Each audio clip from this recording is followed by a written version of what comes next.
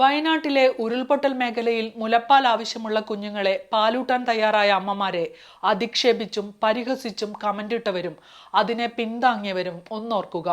ആ അമ്മമാരോട് അശ്ലീലം പറയരുത്. മുലപ്പാൽ വിശുദ്ധമാണ്. നിങ്ങൾ അറിയണം, ഇങ്ങനെ എത്രയോ അമ്മമാർ നമ്മുടെ സംസ്ഥാനത്ത് തന്നെ മുലപ്പാൽ ദാനം ചെയ്യുന്നുണ്ടെന്ന്. എന്താണ് മുലപ്പാൽ ബാങ്ക്?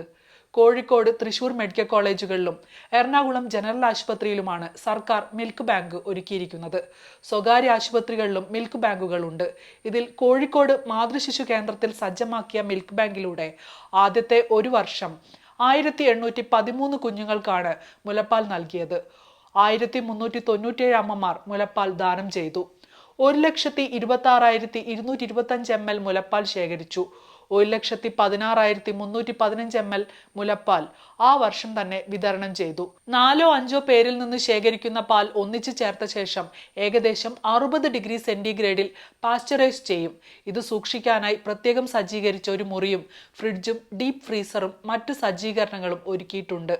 ബാക്ടീരിയകളുടെ സാന്നിധ്യം ഇല്ല എന്ന് ഉറപ്പിക്കാനുള്ള കൾച്ചറൽ പരിശോധനകളും നടത്തുന്നു. ഫ്രീസറിനുള്ളിൽ ഇത് മാസങ്ങളോളം സൂക്ഷിക്കാനാകും. പരിശോധനകൾ പൂർത്തിയായ ശേഷം മാത്രമാണ് പാൽ കുഞ്ഞുങ്ങൾക്ക് കൊടുക്കുന്നത്. ആദ്യ 1 മണിക്കൂറിൽ നവജാത ശിശുവിന് മുലപ്പാൽ നൽകേണ്ടതും ആദ്യ 6 മാസം മുലപ്പാൽ മാത്രം നൽകേണ്ടതും ഏറെ അത്യാവശ്യമാണ്. അതിൻ്റെ പ്രാധാന്യം അറിയുന്നത് കൊണ്ടാണ് ഉരുൾപൊട്ടൽ മേഖലയിൽ ഏതെങ്കിലും കുഞ്ഞിന് പാൽ ആവശ്യമുണ്ടെങ്കിൽ നൽകാമെന്ന് ആ അമ്മമാർ പറഞ്ഞത്.